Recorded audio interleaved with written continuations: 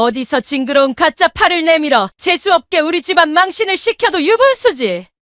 상견례 자리에서 사돈댁 여자가 핑크빛 샴페인을 노인의 머리 위로 들이부었습니다.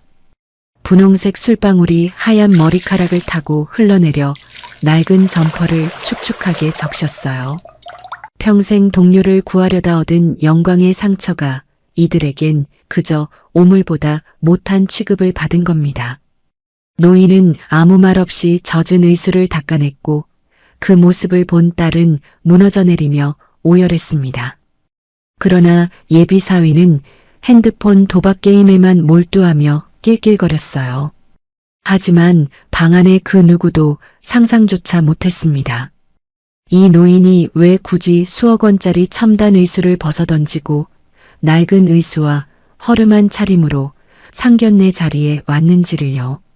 잠시 후 샴페인에 젖은 노인이 핸드폰을 든 순간 방 안의 권력 관계는 처참하게 뒤집어집니다. 사연을 이어가기 전에 시청자 여러분은 지금 어디에서 듣고 계신가요? 댓글로 알려주시면 오늘 하루 좋은 일만 생기시라고 기운 팍팍 보내드릴게요. 늦가을에 찬 바람이 낡은 창틀 사이로 스며들어오는 오후였어요. 덜컹거리는 시내버스 엔진 소리가 차 안을 낮게 울리고 있었고 맨 뒷좌석에는 한 노인이 창밖을 보며 조용히 앉아 있었습니다. 목이 늘어난 티셔츠 위로 보풀이 잔뜩 일어난 낡은 점퍼를 걸치고 무릎 위에는 투박한 모양의 의수를 조심스럽게 올려두었지요. 그 위로 끼워진 하얀 면장갑은 세월의 때가 타서 군데군데 거뭇했습니다. 누가 봐도 어디서나 흔히 볼 수 있는 허름한 동네 어르신 그 자체였어요. 하지만 이분이 바로 대한민국 금융계의 거물로 불리는 분입니다. 국내 최대 자산운용사인 VIP 자산운용을 일궈낸 한진우 의장이었어요. 창밖으로 빠르게 스쳐 지나가는 화려한 도심의 빌딩들 중에는 진우의 손을 거쳐 세워지거나 그의 자본이 흐르지 않는 곳이 없었지요. 업계에서는 호랑이 같은 눈빛으로 시장을 호령하는 그였지만 오늘만큼은 그 화려한 타이틀과 권위를 모두 내려놓기로 했습니다. 진우는 자신의 왼팔을 물끄러미 내려다보았습니다. 평소라면 사람의 실제 팔과 구분하기 힘들 정도로 정교한 수억 원을 호가하는 최첨단 의수를 착용하고 있었을 시간입니다. 하지만 오늘은 먼지 쌓인 창고 구석에서 낡은 의수를 꺼냈어요. 젊은 시절 건설 현장에서 사고로 팔을 잃었을 때 처음 맞췄던 투박하고 딱딱해서 보기만 해도 가슴 한구석이 아려오는 물건이었죠. 진우는 거친 장갑 표면을 만지며 깊은 생각에 잠겼습니다. 오늘은 하나뿐인 금지옥 옆딸 정윤의 상견례가 있는 날입니다. 딸아이가 사랑한다는 남자의 집안 식구들을 처음 만나는 자리였어요. 진우는 상대 집안이 딸을 얼마나 귀하게 여겨줄지 확인하고 싶었습니다. 돈과 배경을 다 떼어내고 오직 사람 대 사람으로 마주하고 싶었지요. 그래서 일부러 화려한 의전 차량과 수행 비서들을 모두 물렸습니다. 의장님, 정말 이렇게 가시겠습니까? 차라도 근처에 대기시킬까요? 비서실장의 걱정 섞인 물음에도 진우는 그저 허허 웃으며 손을 저었습니다. 오늘은 VIP 의장이 아니라 정윤이 아비로 가는 걸세. 버스가 덜컹거릴 때마다 의수가 옆 좌석 손잡이에 부딪혀 둔탁한 소리를 냈어요. 옆에 앉아있던 젊은 학생이 미간을 찌푸리며 자리를 옮겼습니다. 진우는 미안한 마음에 고개를 숙이며 하얀 장갑 낀 손을 점퍼 주머니에 넣었지요. 사람들의 시선은 차가웠지만 진우의 마음속은 오히려 차분해졌습니다. 돈이 사람을 만드는 것이 아니라 사람이 돈을 다스려야 하는 법이지. 그는 마음속으로 수없이 되뇌었던 자신의 철학을 다시금 확인했습니다. 안내방송에서 목적지인 호텔 근처 정류장 이름이 흘러나왔습니다. 진우는 자리에서 일어나 불편한 몸을 이끌고 뒷문으로 향했어요. 계단을 한 발 한 발 내딛는 노인의 뒷모습은 위태로워 보였지요. 정류장에 내려서자 멀리 화려한 조명으로 빛나는 5성급 호텔이 보였습니다. 금방이라도 비가 올 듯 하늘은 낮게 가라앉아 있었고 찬바람은 진우의 얇은 점퍼 안으로 사정없이 파고들었습니다. 진우는 잠시 걸음을 멈추고 호텔 입구를 지켜보았습니다. 수억 원대의 외제차들이 줄을 지어 서고 발레 파킹 직원들이 분주히 움직였지요. 그 화려함 속으로 낡은 점퍼를 입은 노인이 천천히 걸어 들어갑니다. 한진우 의장은 점퍼 소매에 묻은 흙먼지를 손바닥으로 툭툭 털어냈습니다. 하지만 10년 넘게 입어해진 옷자락은 아무리 털어도 가려지지 않았어요. 그는 그 해진 자국을 보며 씁쓸한 미소를 지었습니다. 그래, 오늘은 이 모습 그대로가 필요하니까. 누구에게도 말하지 않은 비밀스러운 시험이 시작되려 하고 있었습니다. 자신의 팔을 앗아갔던 그 고단했던 세월의 흔적을 훈장처럼 두르고 그는 딸의 행복을 확인하기 위해 호랑이 굴로 들어가는 심정으로 발을 뗐습니다. 흰 장갑을 꽉 쥐는 진우의 눈빛만큼은 점퍼의 보풀과는 다르게 여전히 예리하고 깊은 통찰력을 담고 번뜩이고 있었답니다. 호텔 정문의 회전문을 통과하는 순간 따뜻한 온기가 훅 끼쳐왔어요.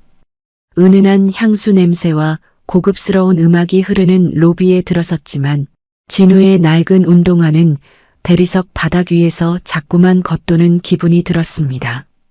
주변을 지나가는 사람들의 시선이 노골적으로 그의 차림새를 훑었지요. 하지만 진우는 허리를 꼿꼿이 펴지 않았습니다. 오히려 조금 더 구부정하게, 조금 더 기운 없는 노인의 모습으로 자신을 향해 쏟아질 그 오만과 편견의 파도를 맞이할 준비를 마쳤습니다. 정윤아, 아빠가 간다. 내가 선택한 사람이 정말 바른 사람이어야 할 텐데. 진우는 품 안에서 낡은 휴대폰을 꺼내 딸의 사진을 한번 확인했습니다. 그리고 결연한 표정으로 약속 장소인 프라이빗 다이닝 룸을 향해 걸었습니다. 국내 최고 자산운용사 의장의 화려한 위장 외출은 그렇게 시작되었지요. 과연 그 방 안에서 기다리는 사람들은 어떤 얼굴을 하고 있을까요? 진우의 투박한 의수와 낡은 점퍼가 가져올 파장은 아직 아무도 모른 채 호텔의 시계는 상견례 시간을 향해 무심하게 흘러가고 있었습니다.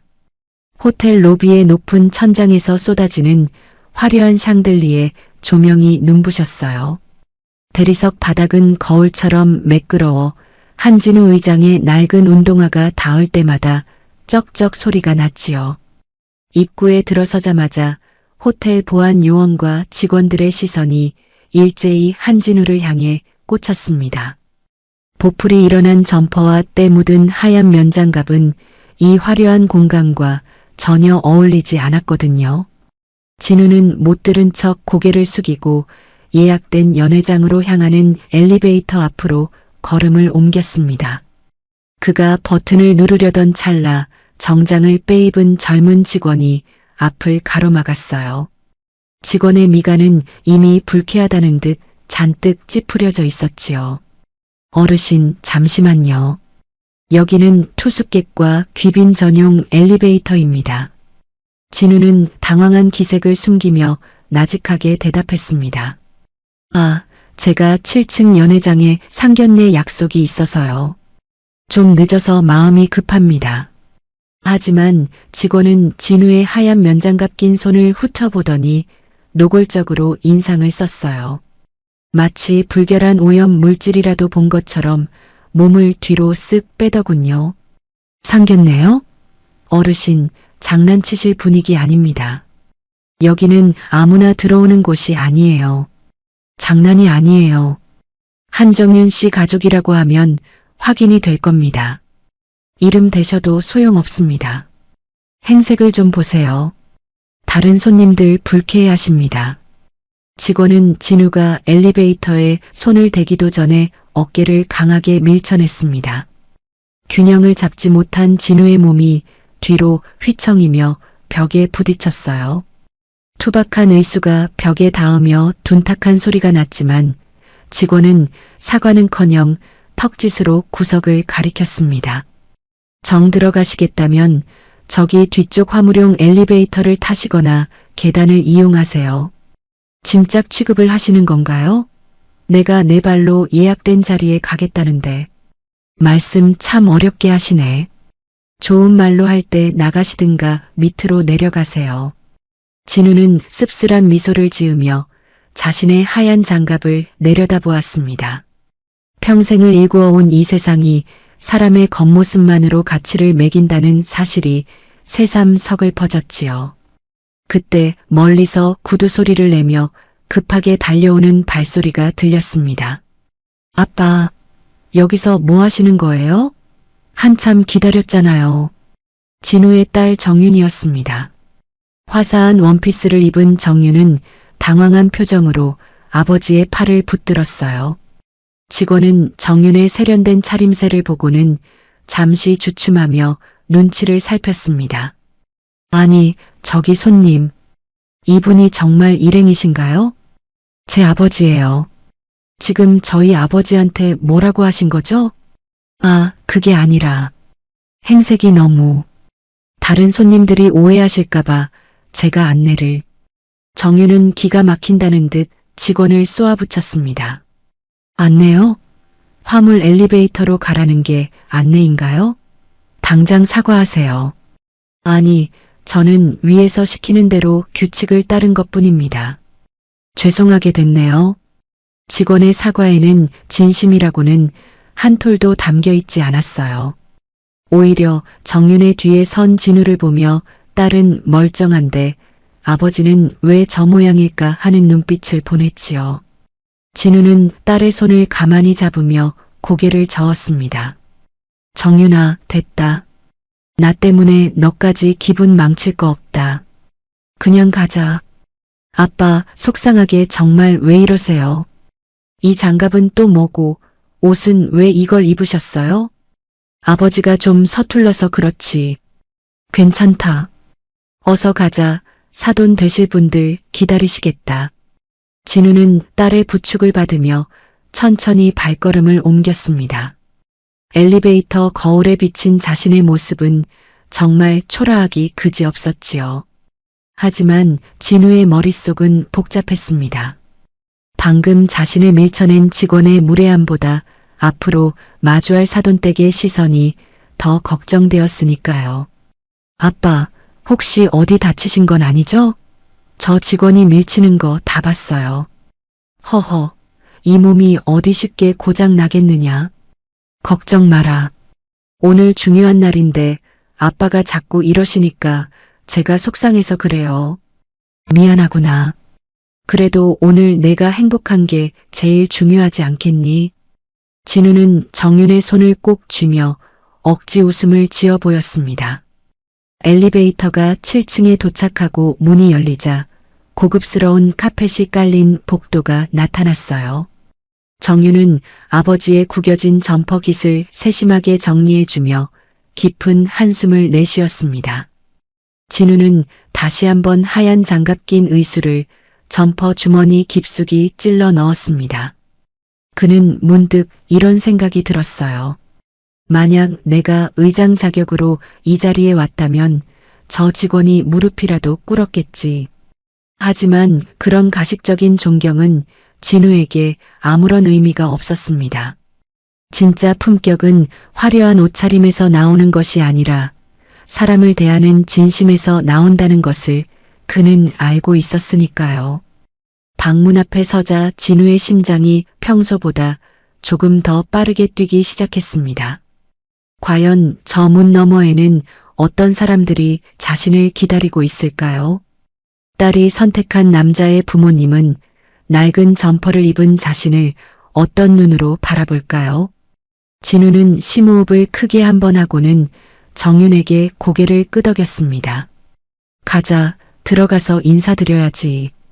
정윤이 조심스럽게 문을 열자 정갈하게 차려입은 한 쌍의 중년 부부가 보였습니다. 그들의 눈이 진우의 발끝부터 머리끝까지 훑어 내려가는 데는 채 1초도 걸리지 않았어요. 그 짧은 순간 진우는 직감했습니다.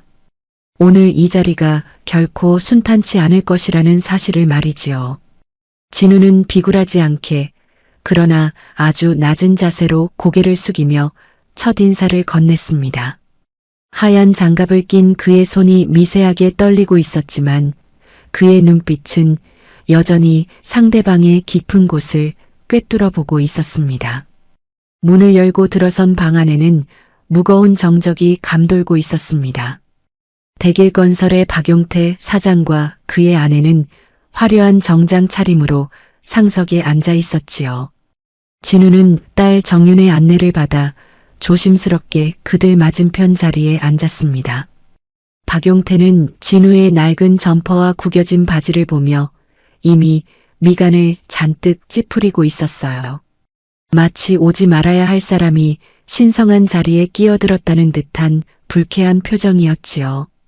진우는 정중하게 첫 인사를 건네기 위해 테이블 위에 놓인 하얀 면장갑을 만졌습니다. 식사 자리에서 장갑을 끼고 있는 것이 예의가 아니라고 생각했기 때문입니다. 그는 조심스럽게 장갑 끝을 잡아당겨 천천히 왼손의 정체를 드러냈습니다. 그러자 낡고 투박한 세월의 때가 묻은 딱딱한 플라스틱 의수가 탁자 위로 툭 붉어져 나왔어요. 그 순간 박용태의 아내가 비명을 지르며 의자 뒤로 몸을 한껏 뺐습니다. 어머나, 세상에 저게 뭐야? 사람 팔이 아니잖아. 박용태 역시 마치 못 볼 오물이라도 본 것처럼 안색이 순식간에 험악하게 변했습니다. 그는 들고 있던 찻잔을 탁 소리나게 내려놓으며 진우를 노골적으로 쏘아보았지요. 방금까지 유지하려던 형식적인 미소는 온데간데 없이 사라지고 혐오감이 가득했습니다. 아니, 이게 대체 무슨 경우입니까? 사돈 될 사람이라더니 장애인인 줄은 꿈에도 몰랐네. 박용태의 목소리는 방 안을 쩌렁쩌렁 울릴 정도로 거칠고 무례했습니다. 진우는 당황한 기색을 숨기며 나직하게 입을 열었습니다. 놀라게 해드려 죄송합니다. 젊은 시절 현장에서 일을 하다 보니 이렇게 되었습니다. 일하다 다친 게 무슨 훈장이라도 됩니까? 재수가 없으려니까 정말. 박용태는 옆에 놓여있던 두꺼운 가죽 메뉴판을 집어들었습니다. 그러고는 마치 쓰레기를 치우라는 듯 진우의 앞접시 위로 거칠게 내던졌어요. 퍽 소리를 내며 떨어진 메뉴판 때문에 진우의 물잔이 흔들려 물이 조금 튀었습니다. 옆에 앉아있던 정유는 너무 놀라 얼굴이 하얗게 질려 부르르 떨고 있었지요. 아버님, 말씀이 너무 지나치세요. 저희 아빠한테 사과하세요. 정윤이 울먹이며 소리쳤지만 박용태는 코방귀를 끼며 삿대질을 멈추지 않았습니다. 사과? 내가 왜 사과를 해? 멀쩡한 집안인 줄 알았더니 이런 결함 있는 사람을 데려와? 그의 아내도 옆에서 거들며 손수건으로 코를 막는 신용을 했습니다. 그러게 말이에요. 이런 분이랑 한 상에서 밥을 먹으라니 입맛이 싹 달아나네. 예, 정윤아. 너 우리 아들이랑 결혼하고 싶으면 내 아버지부터 좀 치워라. 진우는 수치심보다는 서글픔이 먼저 밀려오는 것을 느꼈습니다. 자신이 평생 일궈온 건설 현장의 땀방울이 누군가에게는 재수 없는 장애로 불리고 있었지요. 그는 떨리는 오른손으로 메뉴판을 조용히 바로잡으며 고개를 숙였습니다. 하지만 그의 눈은 테이블 아래에서 강하게 빛나고 있었습니다. 상대의 밑바닥을 보겠다던 위장 외출의 목적이 너무나 선명하게 드러나고 있었거든요. 박용태는 분이 풀리지 않는지 의자를 뒤로 젖히며 거만한 자세를 취했습니다. 우리 대길건설이 어떤 회사인지 압니까? 곧 VIP 자산운용이랑 큰 계약을 앞두고 있어요. 그런 중요한 위치에 있는 우리 집안이 이런 수준 낮은 사람이랑 엮이면 무슨 망신이냐고. 진우는 VIP 자산운용이라는 단어가 나오자 입가에 아주 옅은 조소를 띄웠습니다. 자신의 회사와 계약을 구걸하던 사람이 바로 눈앞에 이 아나무인한 사내였으니까요. 박 사장님, 사람의 가치가 겉모습이나 신체 조건으로 결정되는 건 아니지 않습니까? 진우가 차분하게 말하자 박용태는 기가 막힌다는 듯 헛웃음을 터뜨렸습니다. 어디서 훈계질이야? 돈도 없고 몸도 성취하는 노인네가 감히. 당장 그 흉측한 가짜 팔 장갑으로 다시 가려요. 보기만 해도 소름 끼치니까. 박용태의 아내는 진우의 의수 쪽으로는 눈길도 주지 않은 채 신경질적으로 소리를 질렀습니다. 진우는 다시 천천히 하얀 면장갑을 집어들어 의수 위로 더 씌웠습니다. 딸 정유는 아버지가 겪는 모욕에 참지 못하고 결국 눈물을 펑펑 쏟아냈지요. 아빠 나가요. 우리 이런 대접 받으면서 여기 있을 이유 없어요. 진우는 정윤의 차가워진 손을 가만히 맞잡으며 조용히 고개를 저었습니다. 아직은 일어날 때가 아니었습니다. 이들의 밑바닥이 어디까지인지 끝까지 봐야 했으니까요. 방 안의 공기는 얼음장처럼 차갑게 식어버렸고 음식은 나오기도 전에 이미 상해버린 기분이었습니다. 박용태는 자신의 권력을 과시하듯 연신 거들먹거리며 진우를 벌레 보듯 훑어보았지요. 하지만 진우는 그 모욕적인 시선을 묵묵히 견뎌내며 속으로 생각했습니다. 당신들이 그토록 우러러보는 그 VIP 자산운용의 주인이 지금 당신들 앞에 앉아 있는데 진우의 낡은 점퍼 속에서는 고요하지만 매서운 폭풍이 서서히 고개를 들고 있었습니다. 방 안의 공기는 이미 차갑게 식어버렸지만 그 정적을 깨는 것은 예의 바른 대화가 아니었어요. 예비사위라는 동원은 장인인 진우가 방에 들어와 수모를 당하는 순간에도 고개조차 들지 않았습니다. 오히려 식탁 아래로 스마트폰을 숨긴 채 손가락을 바쁘게 놀리며 무언가에 집착하고 있었지요. 잠시 후 정적을 깨고 스마트폰 스피커에서 요란한 효과음이 터져 나왔습니다. 띠링, 꽝입니다. 다음 기회를 이용하세요. 비정한 기계 음성이 방 안을 가득 채우자 동원의 얼굴이 험악하게 일그러졌습니다. 동원은 예비장인과 눈이 마주쳤음에도 아랑곳하지 않고 신경질적으로 화면을 두드렸지요. 아씨, 이번엔 무조건 터지는 타이밍이었는데 다 날렸네. 그는 분에 못 이겨 씩씩거리더니 옆에 앉은 박용태의 팔을 흔들었습니다. 아빠, 나 돈 좀 더 보내줘봐요. 금방 복구할 수 있어. 이번 판만 더하면 잭팟이라고. 상견례 자리에서 불법 도박 게임을 하며 돈을 달라고 떼를 쓰는 아들의 모습이라니요. 진우는 기가 막혀 헛웃음이 나올 지경이었지만 박용태 사장의 반응은 더 가관이었습니다. 박용태는 허허 웃으며 아들의 어깨를 툭툭 두드려주는 게 아니겠어요? 허허, 녀석도 참. 사내 자식이 그 정도 배짱은 있어야지. 우리 아들이 통이 좀 커서 그래요. 박 사장님, 지금 상견례 자리입니다. 이 자리에서 도박이라니요. 진우가 참다 못해 한마디 던지자 박용태는 오히려 눈을 부릅뜨며 면박을 주었습니다. 아니, 노인네가 왜 남의 귀한 아들 길을 죽이고 그래? 당신 딸이 우리 집안에 들어오는 게 영광인 줄 알아야지. 진우는 타들어가는 목마름에 테이블 중앙에 놓인 물병으로 손을 뻗었습니다. 하얀 장갑을 낀 의수로 조심스럽게 물병을 잡아 자신의 컵에 물을 따르려 했지요. 그때였습니다. 박용태가 비명을 지르듯 소리를 치며 진우의 손등을 팍 쳐냈습니다. 물병이 바닥으로 나뒹굴며 시원한 물이 진우의 낡은 바지를 적시고 말았어요. 아니, 지금 뭐 하시는 겁니까? 진우가 당황해서 소리쳤지만 박용태는 혐오스럽다는 듯 손수건을 꺼내 자신의 손을 닦아냈습니다. 어딜 그 징그러운 의수로 물병을 건드려. 당신이 만진 건 병균 옮을 것 같아서 안 마신다니까. 박용태는 테이블 위에 튄 물방울조차 더럽다는 듯 손수건으로 격하게 문질러 닦았습니다. 당신 같은 불구가 만진 물을 우리 귀한 아들 보고 마시라는 거야? 정말 무식하기는. 그의 아내 역시 코를 찡그리며 맞장구를 쳤습니다. 그러게 말이에요. 아까부터 그 가짜 팔만 보면 속이 메스꺼려서 원. 정윤아, 너 정말 이런 집안에서 자란 거니? 정윤은 참지 못하고 자리에서 벌떡 일어나 아버지를 감싸 안았습니다. 아빠, 우리 진짜 나가요. 이 사람들은 사람이 아니에요. 동원 씨, 당신 어떻게 이럴 수 있어? 정윤의 외침에도 동원은 게임 화면에서 눈을 떼지 않은 채 무심하게 대답했지요. 아, 시끄럽게 왜 그래?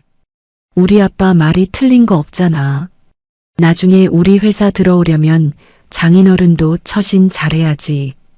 동원은 오히려 정윤을 귀찮다는 듯 밀어내며 다시 도박 게임의 레버를 당겼습니다. 진우는 젖은 바지를 내려다보며 깊은 한숨을 내쉬었습니다. 자신의 신체적 장애를 병균 취급하고 딸의 눈물조차 외면하는 이들의 민낯이 적나라하게 드러났지요. 박용태는 승리자라도 된 양 거드름을 피우며 양주를 한 잔 들이켰습니다. 이봐요, 한씨. 당신 딸이 우리 집에 시집 오면 그 의수부터 내다 버려요. 창피해서 어디 같이 다니겠어? 박 사장님, 오늘 이 자리를 마련한 제 진심이 어디에 있다고 생각하십니까? 진우의 목소리가 낮고 무겁게 가라앉았습니다. 하지만 박용태는 코방귀를 끼며 진우의 면전에 대고 손가락질을 해댔어요. 진심? 돈 없는 노인네가 부잣집 사돈 한번 되어보겠다는 속셈 모를 줄 알아? 우리 대길건설이 VIP 자산운용이랑 계약만 체결하면 대한민국을 쥐락펴락할 텐데. 그때 가면 당신 같은 사람은 우리 집 대문 근처에도 못 오게 할 거야. 알았어? 박용태의 오만한 선전포고에 진우는 오히려 가슴속 깊은 곳에서 차가운 분노가 끓어오르는 것을 느꼈습니다. 그는 젖은 옷을 정리하며 천천히 자리에 앉아 흩어진 장갑 매무새를 고쳤습니다. 상대방의 밑바닥을 확인하려던 계획은 이제 충분히 달성된 것 같았지요. 동원의 도박 효과음은 끊이지 않았고 박 사장 부부의 비웃음은 방안을 가득 메웠습니다. 진우는 주머니 속에서 진동하는 휴대폰을 가만히 움켜쥐었습니다. 이제 이 연극을 끝내고 진짜 의장의 모습으로 이들을 심판할 시간이 다가오고 있었답니다. 진우는 정윤의 떨리는 손을 꼭 쥐며 나직하게 속삭였습니다. 정윤아, 걱정하지 마라. 이 아비가 다 해결해 주마. 그의 눈빛은 더 이상 힘없는 노인의 것이 아니라 시장을 호령하던 거물의 그것으로 바뀌어 있었습니다. 아직 자신의 앞에 놓인 비극이 무엇인지 모르는 박용태 일가에게 진우는 마지막으로 자비 없는 미소를 살짝 지어 보였습니다. 방 안의 공기는 이제 숨이 막힐 정도로 무겁게 가라앉아 있었습니다. 박용태 사장의 비아냥거림은 멈출 줄 몰랐고 진우는 그저 묵묵히 자신의 하얀 장갑을 내려다보았지요. 옆에서 울먹이던 딸 정윤이 참다 못해 떨리는 목소리로 입을 열었습니다. 아버님, 말씀이 너무 심하세요. 우리 아빠 팔 그냥 다치신 게 아니에요. 현장에서 기계 속으로 팔이 딸려 들어갈 뻔한 동료를 구하려다 이렇게 되신 거라고요. 정윤의 목소리에는 아버지에 대한 존경과 억울함이 한데 섞여 있었습니다. 그 팔은 진우에게 있어 단순한 장애가 아니라 사람을 살린 숭고한 훈장과도 같았거든요. 하지만 박용태는 코끝을 찡그리며 가당치도 않다는 듯 껄껄 웃어댔습니다. 동료를 구해? 허허, 그거 참 눈물 나는 심파극이네. 그래서 남은 게 저 흉측한 의수뿐입니까? 그는 앞에 놓인 비싼 양주를 한 모금 들이켜더니 진우의 면전에 대고 거칠게 말을 내뱉었습니다. 결국 못 배워서 현장에서 구르다 팔 하나 날린 거 아닙니까? 그게 무슨 자랑이라고. 진우는 눈을 감고 과거의 그 뜨거웠던 건설 현장을 떠올렸습니다. 먼지 날리는 현장에서 땀 흘리며 일하던 그때 그는 단 한 번도 자신의 선택을 후회한 적이 없었지요. 하지만 눈앞에 박용태는 그 고귀한 희생을 그저 무식해서 몸 굴린 결과로 치부해버렸습니다.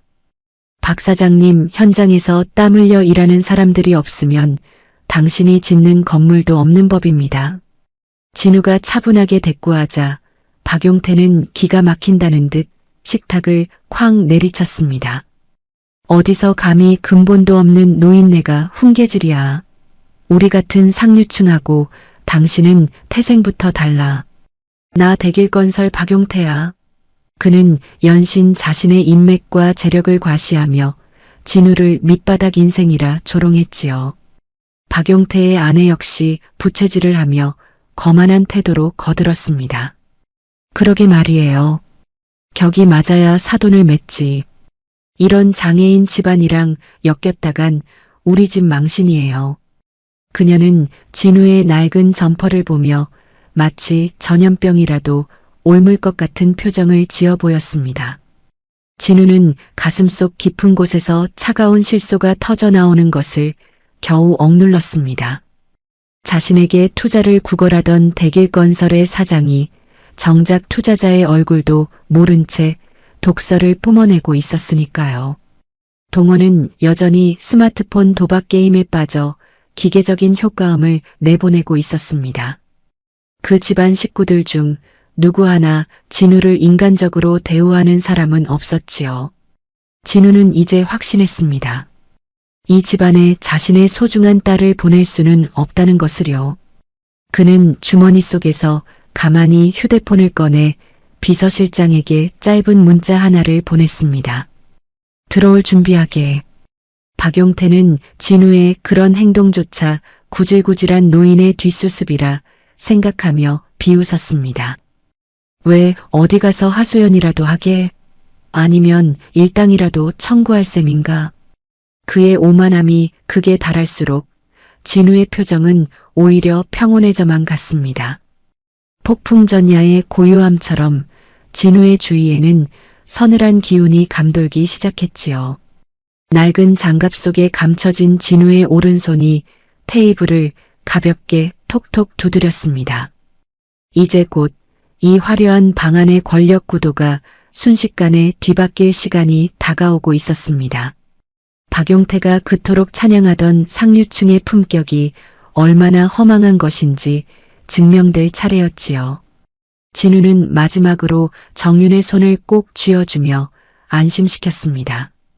그리고 고개를 들어 박용태의 눈을 똑바로 응시했습니다. 그 눈빛은 이미 낡은 점퍼를 입은 노인의 것이 아니라 거대한 자본을 움직이는 포식자의 것이었답니다. 방 안의 공기는 이제 더 이상 숨을 쉴 수 없을 만큼 탁하게 오염되어 있었습니다. 박용태 사장은 옆에 놓아두었던 두툼한 수입차 카탈로그를 집어들더니 진우의 가슴팍을 향해 툭 던지듯 내던졌습니다. 종이 뭉치가 진우의 낡은 점퍼에 부딪혀 바닥으로 힘없이 떨어졌지요.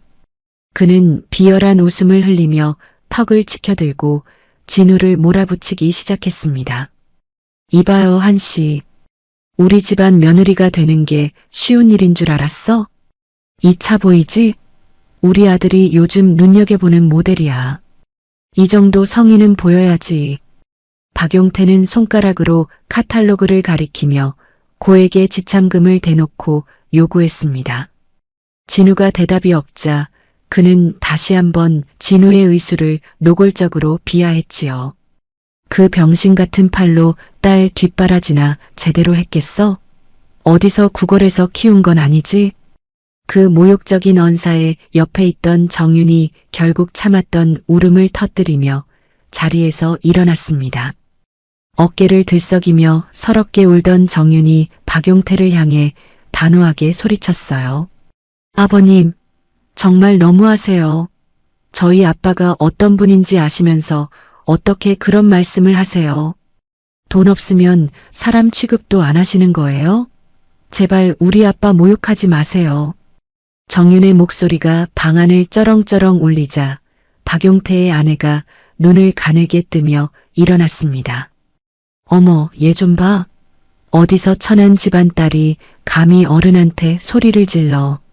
근본 없는 집안에서 자랐다더니 가정교육 한번 눈에 선하네. 아주 못된 것만 배웠어. 박용태의 아내는 표독스러운 얼굴로 정윤에게 다가가 손을 높이 치켜들었습니다. 금방이라도 정윤의 뺨을 내리칠 기세로 위협하며 정윤을 구석으로 몰아넣었지요. 버릇없는 년, 오늘 내가 내 버릇을 고쳐놔야 우리 집 며느리 자리라도 꿈꾸겠지. 진우는 그 광경을 목격하는 순간 가슴속 깊은 곳에서 뜨거운 불길이 치솟는 것을 느꼈습니다. 자신이 수모를 당하는 것은 참을 수 있었지만 목숨보다 귀한 딸이 손찌검을 당하는 것은 절대 용납할 수 없었지요. 진우는 의수를 짚고 천천히 그러나 아주 묵직한 기세로 자리에서 일어났습니다. 그의 주위로 형언할 수 없는 서늘하고 압도적인 위압감이 뿜어져 나왔습니다. 박용태의 아내는 진우의 눈빛에 압도되어 치켜들었던 손을 멈칫하며 뒤로 물러섰어요. 지금 내 딸에게 손을 대겠다고 하셨습니까? 진우의 목소리는 낮았지만 그 어떤 사자후보다 강렬하게 방 안을 지배했습니다. 박용태는 당황하면서도 끝까지 허세를 부리며 진우의 가슴을 손가락으로 찔러댔지요. 왜 맞을 짓 했으면 맞아야지. 당신이 돈이 있어, 빽이 있어? 우리가 VIP 자산운용이랑 손잡으면 당신 같은 사람은 평생 감옥에 쳐넣을 수도 있어. 진우는 차갑게 식은 눈으로 박용태의 손가락을 내려다보았습니다. VIP 자산운용. 그 회사가 당신들에게는 그렇게 대단한 배경입니까? 당연하지. 대한민국 최고의 투자사가 우리 대길건설을 밀어주기로 했다고.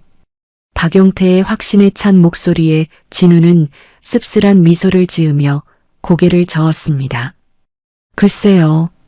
그 회사의 주인은 당신들 같은 사람들과는 손을 잡지 않을 텐데요. 진우의 말에 박용태는 배를 잡고 깔깔대며 비웃음을 터뜨렸습니다. 동호는 그 와중에도 게임 아이템을 샀는지 환호성을 지르며 바닥을 굴렀습니다. 와, 대박. 아빠, 나 방금 돈 땄어. 지참금 들어오면 이걸로 차 바꿔줘. 집안 식구들 전체가 오직 돈과 탐욕에 눈이 멀어 인간의 도리를 저버린 모습이었지요.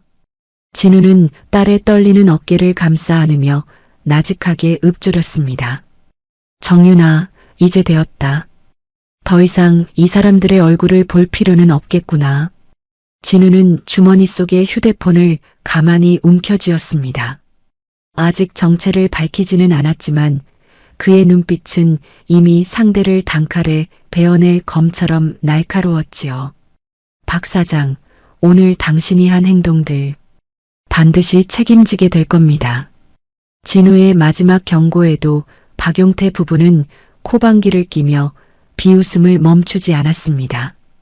폭풍이 몰아치기 직전의 고요함처럼 방 안의 긴장감은 이제 터지기 일보 직전의 풍선처럼 팽팽해졌습니다. 진우는 낡은 점퍼 소매를 걷어붙이며 이 추악한 인간들의 마지막 바닥을 지켜볼 준비를 마쳤습니다. 방 안의 공기는 비릿한 욕망과 오만으로 가득 차 숨을 쉬기조차 힘들 정도였어요. 한진우 의장은 그동안 묵묵히 견뎌왔던 인내의 시간을 이제 끝내기로 마음먹었습니다. 자신의 팔을 병균 취급하고 금쪽 같은 딸에게 손 찍어 마려 했던 이들의 밑바닥은 생각보다 훨씬 더 추악했지요. 진우는 하얀 장갑을 낀 의수를 천천히 들어 올려 식탁 위를 묵직하게 눌렀습니다. 그의 눈빛은 더 이상 허름한 노인의 것이 아니라 시장을 호령하는 거물의 서늘한 안광을 띠고 있었지요. 진우는 옆에서 떨고 있는 딸 정윤의 어깨를 가만히 감싸 안았습니다. 그리고 박용태 사장을 똑바로 응시하며 아주 낮고 무거운 목소리로 입을 열었어요. 이제 충분히 보았소. 당신들이 사람을 어떻게 대하는지, 그 마음보가 얼마나 썩어 빠졌는지 말이오. 박용태는 가당치도 않다는 듯 코방귀를 뀌며 술잔을 만지작거렸습니다. 진우의 목소리는 낮고 차분했지만 방 안의 모든 소음을 단번에 잠재울 만큼 위험이 있었지요. 이 혼사는 없었던 일로 하겠소. 내 딸을 이런 오물통 같은 집안에 보낼 수는 없으니까. 진우의 단호한 파혼 선언에 방 안에는 일순간 정적이 흘렀습니다. 박용태는 기가 막힌다는 듯 헛웃음을 터뜨리며 자리에서 벌떡 일어났어요. 뭐, 혼사를 물러? 야, 이 노인네야. 지금 누가 누구한테 파혼을 말해? 감히 우리 같은 집안이랑 엮이는 걸 감지덕지에도 모자랄 판에 장애인 주제에 제정신이야? 박용태의 아내 역시 얼굴이 불그락 푸르락 달아올라 씩씩거리며 소리를 질렀습니다. 어머 세상에, 저 천한 노인네가 감히 우리를 거절해? 우리가 누군지 알고. 분노가 극에 달한 박용태의 아내는 눈앞에 보이는 것을 가리지 않았습니다. 식탁 위 얼음 바스켓에 꽂혀 있던 핑크빛 로제 샴페인 병을 낚아챘지요. 그러더니 그대로 한진우 의장의 머리 위로 샴페인을 콸콸 쏟아부어 버렸습니다. 이거나 처먹고 정신 차려. 냄새나는 옷에 향수라도 뿌려주는 거니까 고마운 줄 알라고. 톡 쏘는 탄산 소리와 함께 분홍빛 액체가 진우의 머리카락과 낡은 점퍼를 사정없이 적셨습니다. 달콤하면서도 비릿한 술 냄새가 진우의 온몸을 휘감으며 바닥으로 뚝뚝 떨어졌지요. 정유는 비명을 지르며 손수건을 꺼내 아버지의 얼굴을 닦아내려 했지만 진우는 가만히 딸의 손을 제지했습니다. 얼굴에 흐르는 술방울을 닦지도 않은 채 진우는 오히려 박용태 부부를 향해 씁쓸한 미소를 지어 보였어요. 그 모습이 너무나 초연하고 당당해서 오히려 샴페인을 부은 박용태의 아내가 뒷걸음질을 쳤지요. 이 샴페인 한 병에 당신들 집안의 운명이 담겨 있었는데 그걸 스스로 쏟아버렸구려. 진우의 말에 박용태는 테이블을 쾅 치며 삿대질을 멈추지 않았습니다. 운명? 웃기고 있네. 당신 같은 밑바닥 인생이 우리 운명을 어쩐다고. 당장 내 눈앞에서 꺼져. 저 재수없는 의수꼴도 보기 싫으니까 당장 나가라고. 그 옆에서 아들 동원은 여전히 도박게임 화면만 보며 낄낄거리고 있었습니다. 엄마, 나이스 샷. 저 노인네 꼴 좀 봐. 완전 젖은 생쥐꼴이네. 진우는 젖은 점퍼 소매를 가만히 정리하며 천천히 자리에서 일어났습니다. 샴페인이 바닥에 카펫으로 스며들며 얼룩을 만들고 있었지만 진우의 자존감에는 단 한 방울의 얼룩도 남지 않았지요. 그는 자신의 정체를 밝히기 직전까지 이들에게 인간적인 기회를 주려 했으나 그들은 그 마지막 기회마저 발로 차버렸습니다. 박 사장, 돈으로 쌓은 성벽은 높을지 몰라도 그 안의 사람은 참으로 빈곤하군. 진우는 젖은 의수를 들어 올려 뺨을 타고 흐르는 액체를 쓱 닦아냈습니다.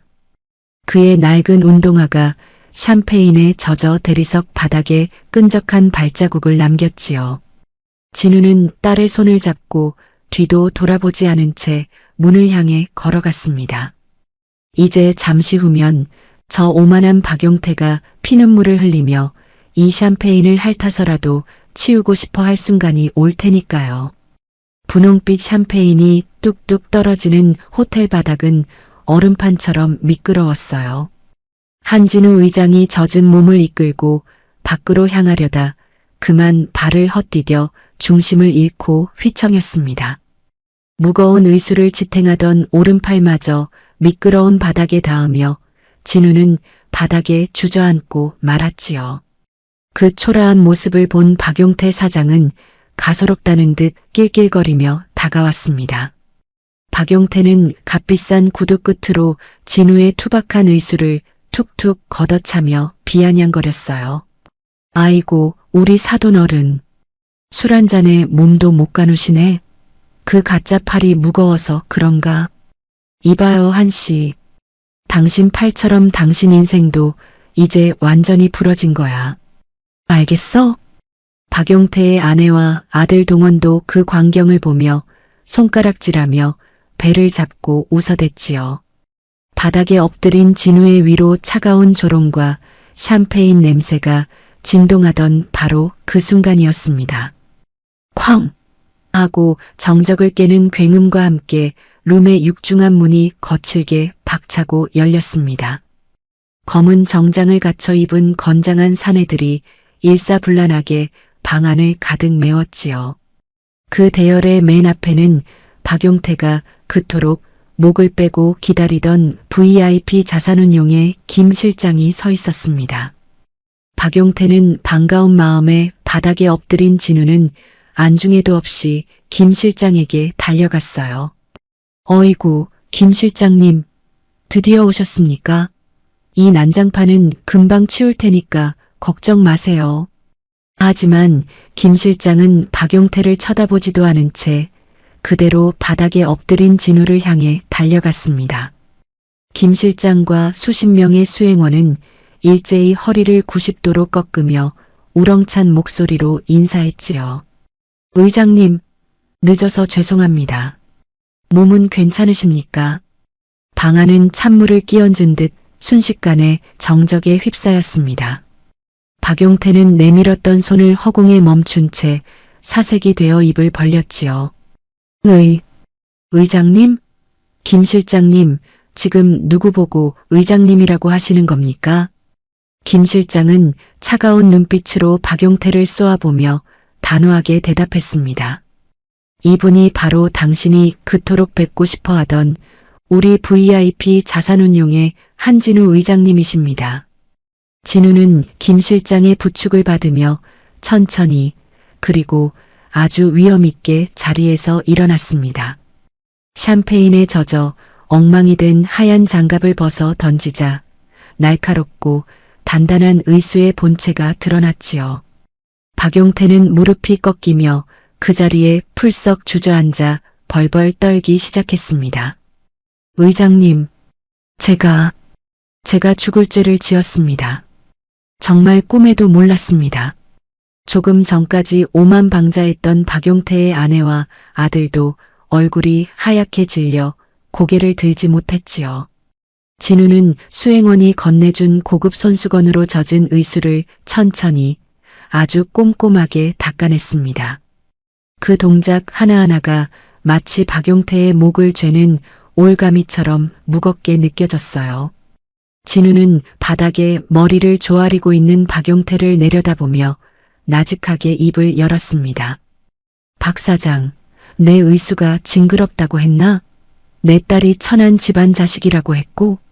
아닙니다, 의장님. 제가 입이 10개라도 할 말이 없습니다. 제발 한 번만 살려주십시오.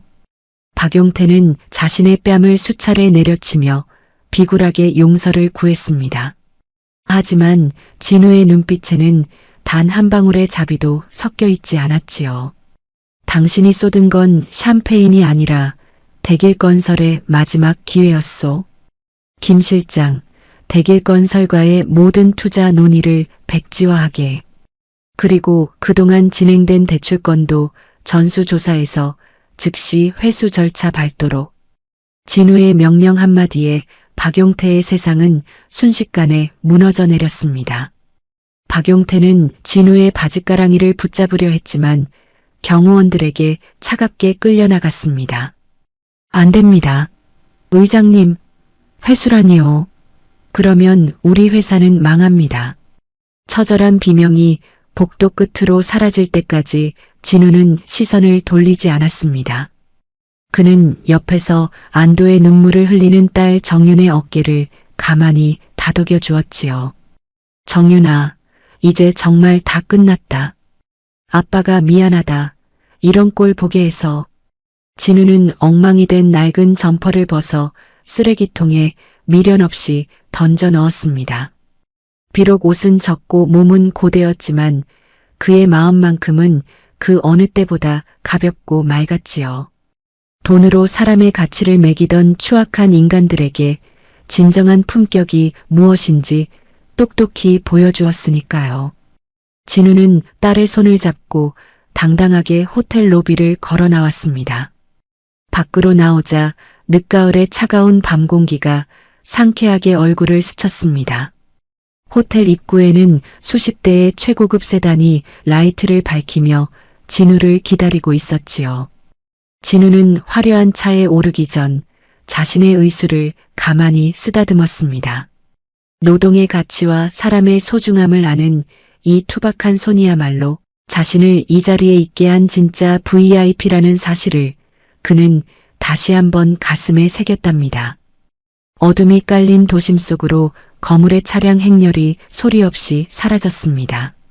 가장 낮은 곳에서 시작해 가장 높은 곳의 위험을 증명한 한 노인의 위장 외출은 그렇게 통쾌하고도 묵직한 여운을 남기며 막을 내렸습니다. 오늘 사연은 여기까지입니다. 끝까지 시청해 주셔서 고맙습니다. 구독과 좋아요 남겨주실 거죠? 감사합니다. 나서 저리 가서 청소나 해. 시어머니는 가시돋친 목소리로 며느리 수경을 쏘아붙였습니다. 제발 가만히 좀 있어. 창피해 죽겠네 진짜. 남편은 들으라는 듯 깊은 한숨을 내뱉으며 고개를 돌려버렸어요. 박사학위가 가문의 훈장인 이 집안에서 고졸 며느리는 투명인간이었습니다. 수백 명의 귀빈이 지켜보는 연회장, 태산그룹과의 수천억 계약이 왕 회장의 발작으로 무너지기 직전이었습니다. 제가 회장님을 한번 보겠습니다. 며느리의 한마디에 모두가 비웃었습니다. 하지만 1분 뒤 시댁의 서열은 완전히 뒤집어집니다. 사연을 이어가기 전에 시청자 여러분은 지금 어디에서 듣고 계신가요? 댓글로 알려주시면 오늘 하루 좋은 일만 생기시라고 기운 팍팍 보내드릴게요. 눈이 시릴 정도로 화려한 샹들리에가 연회장 천장에서 빛나고 있습니다. 오늘은 시댁 가문이 운영하는 성진무역에 아주 중요한 행사가 있는 날이었어요. 입구에는 검은색 고급 승용차들이 끝도 없이 밀려 들어오고 있었습니다. 대한민국에서 손꼽히는 정재계 인사들이 모두 모이는 자리였죠. 하지만 이 화려한 축제의 한복판에 며느리 수경의 자리는 없었습니다. 수경은 연회장 메인홀이 아닌 손님들의 외투와 가방을 보관하는 구석방에 있었어요. 그녀의 손에는 부드러운 천과 구두 소리 들려 있었습니다. 시어머니 박경자가 행사를 앞두고 수경에게 내린 특명 때문이었죠. 귀한 분들 모시는 자리니 너는 구석에서 손님들 구두나 닦고 옷가지나 정리해라. 그것이 이 명문가 집안에서 고졸 출신 며느리인 수경이 맡은 역할이었습니다. 수경은 묵묵히 허리를 숙여 손님들이 벗어놓은 구두를 닦습니다. 고급 가죽 냄새와 사람들의 발냄새가 뒤섞인 좁은 방 안이었어요. 그때 육중한 문이 열리며 시어머니 박경자가 위풍당당하게 들어옵니다. 유명 여대 식품 영양학 박사 출신인 그녀는 이 집안의 법이나 다름없었습니다. 경자는 구두를 닦고 있는 수경을 못마땅한 듯 쳐다보았어요. 수경아, 아직도 그러고 있는 거니? 손이 참 느리구나. 수경은 얼른 일어서서 옷매무새를 가다듬으며 고개를 숙였습니다. 죄송해요, 어머니. 거의 다 끝나갑니다. 경자는 코끝을 찡그리며 손부채질을 했습니다. 내가 분명히 말했지?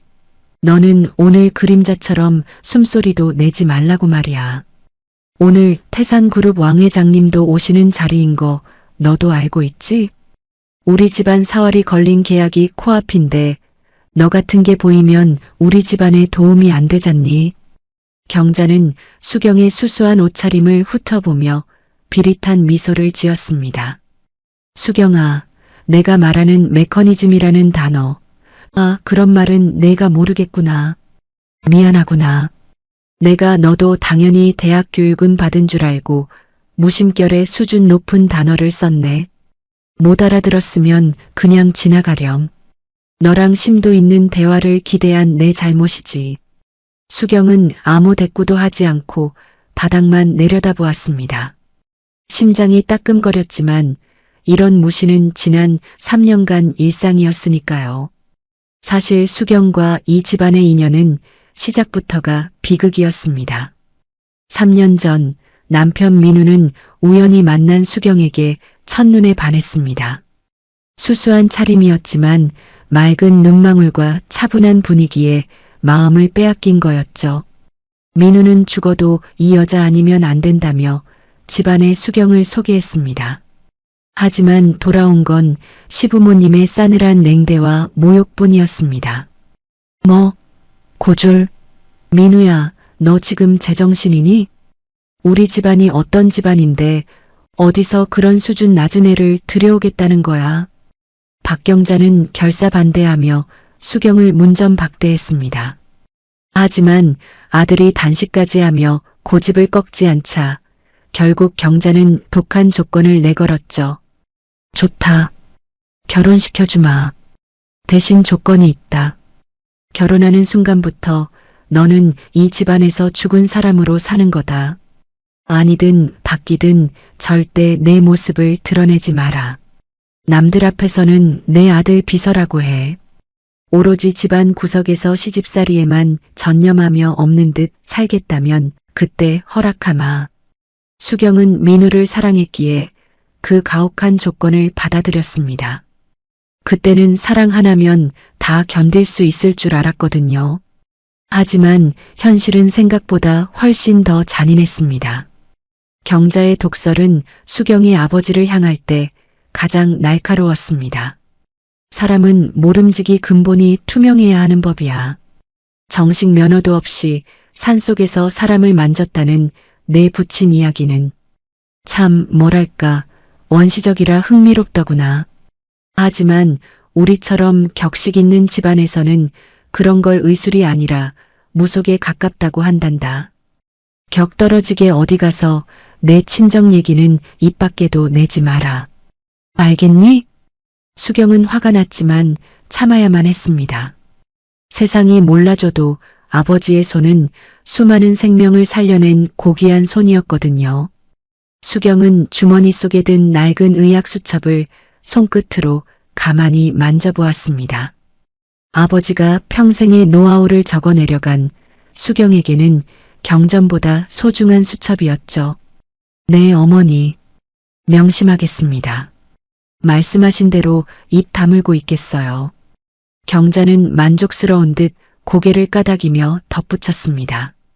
그래, 침묵은 금이라는 말은 고등학교 교과서에도 나오지 않니? 구두 다 닦았으면 주방으로 가서 과일이나 좀 깎아오렴. 교양은 가르친다고 되는 게 아니니 넌 그냥 몸으로 하는 일이나 하라는 뜻이야. 경자가 우아한 걸음걸이로 방을 나간 뒤 수경은 참았던 숨을 길게 내뱉었습니다. 좁은 방 안의 공기가 차갑게 가라앉아 있었어요. 잠시 후 남편 민우가 슬그머니 방 안으로 들어왔습니다. 그는 아내의 붉어진 눈시울을 보고도 선뜻 다가오지 못했습니다. 수경아, 어머니가 또 무슨 말씀하셨어? 민우의 목소리에는 걱정보다 귀찮음이 더 짙게 배어 있었습니다. 아니에요. 그냥 과일 깎으러 가라고 하셨어요. 민우는 안도한 듯 넥타이를 고쳐매며 거울을 보았습니다. 그래, 어머니 말씀 틀린 거 없으니까 너무 서운해하지 마. 오늘 정말 중요한 날이잖아. 나도 회사 일로 머리가 터질 지경이야. 내가 조금만 참아주면 우리 집안 다 평화롭잖아. 제발 조용히 좀 있어줘. 민우는 수경의 어깨를 한번 토닥이지도 않고 서둘러 밖으로 나갔습니다. 사랑해서 결혼했다던 남편은 이제 시댁 식구들과 똑같은 눈으로 수경을 보고 있었습니다. 수경은 덩그러니 남겨진 구두소를 가만히 내려다보았습니다. 가족이라는 이름 아래 묶여 있지만 이 집에서 그녀는 철저히 혼자였어요. 그녀가 믿을 수 있는 건 자신의 손과 아버지가 남겨준 가르침 뿐이었습니다. 수경은 앞치마를 고쳐 메고 주방으로 향했습니다. 연회장에서는 경쾌한 클래식 음악 소리와 가식적인 웃음소리가 들려옵니다. 수경은 무딘 칼을 갈아 과일을 깎기 시작했습니다. 그녀의 칼끝은 정교했고 과일 껍질은 끊김없이 매끄럽게 벗겨져 나갔습니다. 수경의 눈빛이 순간 예리하게 빛났습니다. 연회장 저 멀리 태산그룹의 왕 회장이 경호원들의 부축을 받으며 들어오는 모습이 보였거든요. 수경은 왕 회장의 걸음걸이와 안색을 유심히 살폈습니다. 남들은 보지 못하는 무언가가 그녀의 눈에는 읽히고 있었습니다. 안색이 좋지 않으시네. 호흡도 너무 가빠 보여. 수경은 혼잣말을 삼키며 다시 과일 깎기에 집중했습니다. 시댁 식구들이 그토록 매달리는 그 대단한 계약이 곧 큰 소동으로 번질 것 같다는 예감이 들었습니다. 화려한 연회장의 소음이 멀어지고 수경은 시어머니 박경자의 섯을 펄은 심부름을 위해 재래시장으로 향했습니다. 박 박사라는 체면 때문에 시장 물건은 쳐다보지도 않던 시어머니였어요. 하지만 오늘은 태산그룹 왕 회장에게 바칠 특수 약재와 귀한 식재료를 직접 공수해 오라며 수경을 떠밀었습니다. 박사 학위가 있는 내 안목을 믿고 시키는 거니까 토 달지 말고 다녀오렴. 경자는 수경에게 시장 바닥에 흙먼지가 묻는 것 따위는 안중에도 없었습니다. 시장은 평소보다 훨씬 더 북적이고 활기가 넘쳤습니다. 수경은 사람들에게 치이면서도 시어머니가 적어준 까다로운 목록을 하나하나 체크했어요. 상인들과 흥정하는 법도 모르는 수경이었지만 아버지를 따라 오지를 누비던 시절의 감각은 몸이 기억하고 있었습니다. 좋은 약재와 나쁜 약재를 구별하는 수경의 눈빛이 연회장에서와는 다르게 날카롭게 빛났습니다. 그때였습니다. 북적이는 시장 한복판에서 둔탁한 소리와 함께 사람들의 비명소리가 들려왔어요. 어머, 할아버지, 할아버지 정신 좀 차려보세요. 어떻게 갑자기 쓰러지셨어. 누가 119 좀 불러줘요. 수경의 시선이 소리가 나는 곳으로 향했습니다. 백발이 성성한 한 노인이 떡볶이 노점 옆 바닥에 고꾸라져 있었어요. 노인의 얼굴은 순식간에 보라색으로 변해가고 있었습니다. 주변 상인들과 손님들이 몰려들었지만 다들 겁에 질려 발만 동동 구를 뿐이었죠. 이거 심장마비 아니야? 건드리면 안 되는 거 아니야? 아니, 목을 움켜쥐는 걸 보니 뭐가 걸린 것 같은데. 사람들의 웅성거림 속에서 수경의 발걸음이 본능적으로 노인을 향했습니다.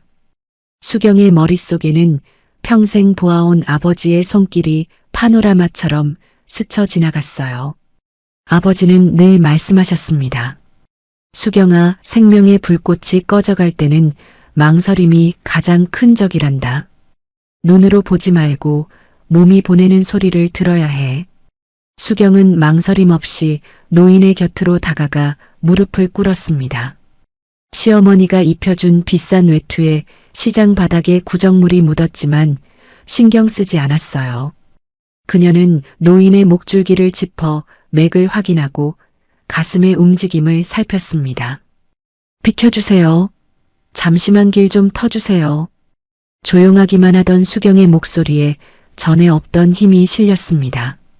수경은 노인의 입안을 살피더니 기도가 완전히 막힌 것을 확인했습니다.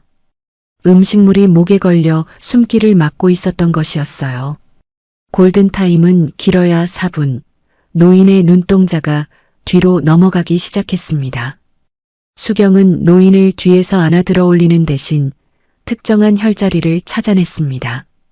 아버지가 생명의 문이라고 불렀던 기도를 여는 급소였죠. 수경의 가녀린 손가락이 노인의 명치 부근과 목 아래를 강하게 압박했습니다. 단순한 물리적 힘이 아니라 막힌 기운을 터뜨리는 정교한 기술이었어요. 주변에서는 수경을 의심스러운 눈초리로 바라보는 사람도 있었습니다. 세댁, 그러다가 사람 잡는 거 아니야? 그냥 놔둬. 하지만 수경은 흔들리지 않았습니다. 그녀의 손끝은 노인의 근육 떨림과 미세한 호흡의 흐름을 읽어내고 있었습니다. 순간 노인의 입에서 큼지막한 떡 조각이 튀어나왔습니다. 동시에 막혔던 숨이 터져나오며 노인이 거칠게 기침을 토해내기 시작했어요. 살았다. 살았어. 노인의 얼굴에 다시 혈색이 돌기 시작하자 지켜보던 사람들이 안도의 한숨을 내쉬었습니다. 세상에, 저 세댁이 살렸네. 대단하다. 의사인가 봐. 손길이 예사롭지 않더라고. 노인이 정신을 차리고 수경의 소매를 붙잡으려 했습니다. 고맙소. 이 은혜를 어떻게 해. 하지만 수경은 노인이 스스로 호흡하는 것을 확인하자마자 서둘러 짐을 챙겼습니다. 자신이 누구인지 밝힐 생각도 감사의 인사를 받을 여유도 없었습니다. 시어머니가 정해준 시간 안에 돌아가지 못하면 겪게 될 수모가 떠올랐거든요. 이제 괜찮으실 거예요. 옆에 계신 분들이 물 좀 챙겨주세요. 수경은 짧은 한마디를 남기고 인파 속으로 몸을 숨겼습니다. 뒤에서 사람들이 수경을 찾으며 웅성거렸지만 그녀는 돌아보지 않았습니다. 시장 골목을 빠져나오는 수경의 손끝은 여전히 미세하게 떨리고 있었습니다. 사람을 살렸다는 희열과 자신의 정체를 숨겨야만 하는 현실이 교차했죠. 수경은 화장실에 들러 옷에 묻은 오물을 급히 닦아냈습니다. 거울 속 자신의 모습을 보며 그녀는 주머니 속 낡은 수첩을 다시 확인했어요. 아버지, 저 오늘 사람을 살렸어요. 아버지처럼요. 하지만 수경은 이 사실을 시댁 식구 누구에게도 말할 수 없다는 것을 잘 알았습니다. 그들에게 수경은 그저 말 잘 듣는 고졸 며느리여야만 했으니까요. 수경이 양손 가득 식재료를 들고 돌아왔을 때 시어머니 경자는 거실에서 차를 마시고 있었습니다. 경자는 시계를 보며 눈을 가늘게 떴어요. 수경아, 10분 늦었구나. 시장 통해서 구경이라도 한 거니? 죄송합니다, 어머니. 사람이 좀 많아서 늦었습니다. 하여간 하나를 시키면 열을 못한다니까. 가서 옷 갈아입고 주방이나 정리해라. 경자는 수경의 소매에 묻은 작은 얼룩을 발견하고는 인상을 찌푸렸습니다. 그 옷이 얼마짜리인 줄 알고 그렇게 칠칠치 못하게 굴어? 어디 시장 바닥에 주저앉기라도 한 거니? 너 같은 애들은 수준이 낮아서 그런 데가 편한가 보구나. 내 눈앞에 얼쩡거리지 말고 얼른 들어가 봐. 교양 없는 냄새가 여기까지 나는 것 같으니. 수경은 고개를 숙이고 조용히 방으로 향했습니다. 조금 전 사람의 목숨을 구했던 그 고귀한 손이 다시 시어머니의 독설 앞에 비굴하게 숨겨졌습니다. 하지만 수경의 가슴 속에는 작은 불꽃이 피어오르고 있었어요. 남들이 무시하는 자신의 가짜 의술이 진짜 생명을 구했다는 확신이었습니다. 연회장에서는 태산그룹 왕회장을 위한 준비가 한창이었습니다. 박경자는 자신이 만든 데이터 기반 식단이 왕회장을 감동시킬 것이라 굳게 믿고 있었죠. 화려한 연회장의 분위기가 절정에 달하고 있습니다. 성진무역에 사활이 걸린 태산그룹과의 프리미엄 헬스케어 협약식이 코앞으로 다가왔어요. 시어머니 박경자는 오늘을 위해 수개월을 준비했습니다. 유명 여대 식품 영양학 박사라는 자신의 타이틀을 걸고 왕 회장의 마음을 사로잡을 완벽한 기획안을 완성했거든요. 연회장 한편에서 손님들의 겉옷을 정리하던 수경은 멀리 보이는 박경자의 위풍당당한 뒷모습을 바라보았습니다. 이윽고 태산그룹의 왕 회장이 경호원들을 거느리고 행사장에 들어섭니다. 재계의 거물답게 그가 한 걸음 뗄 때마다 주변의 공기가 무겁게 내려앉았어요. 성진무역의 대표이자 수경의 시아버지가 버선발로 나가 왕 회장을 맞이합니다. 박경자 역시 화사한 미소를 지으며 왕 회장 앞에 섰습니다. 두 사람이 준비한 것은 왕 회장의 개인 건강 데이터를 완벽하게 분석한 프리미엄 맞춤형 건강관리 솔루션이었습니다. 박경자가 자신만만한 목소리로 프리젠테이션을 시작합니다. 회장님, 저희가 회장님의 지난 3년간 검진 기록을 정밀 분석했습니다. 혈압, 콜레스테롤, 당뇨 수치까지 이 모든 메커니즘을 데이터화해서 최적의 식단을 짰어요. 박사인 제가 보증하는 이 수치 기반의 시스템만 따라오시면 10년은 더 젊어지실 겁니다. 경자는 자신이 내민 두툼한 제안서가 왕 회장의 마음을 단번에 사로잡을 것이라 확신했습니다. 옆에 서 있던 남편 민우와 시아버지도 연신 고개를 끄덕이며 회장님의 눈치를 살폈어요.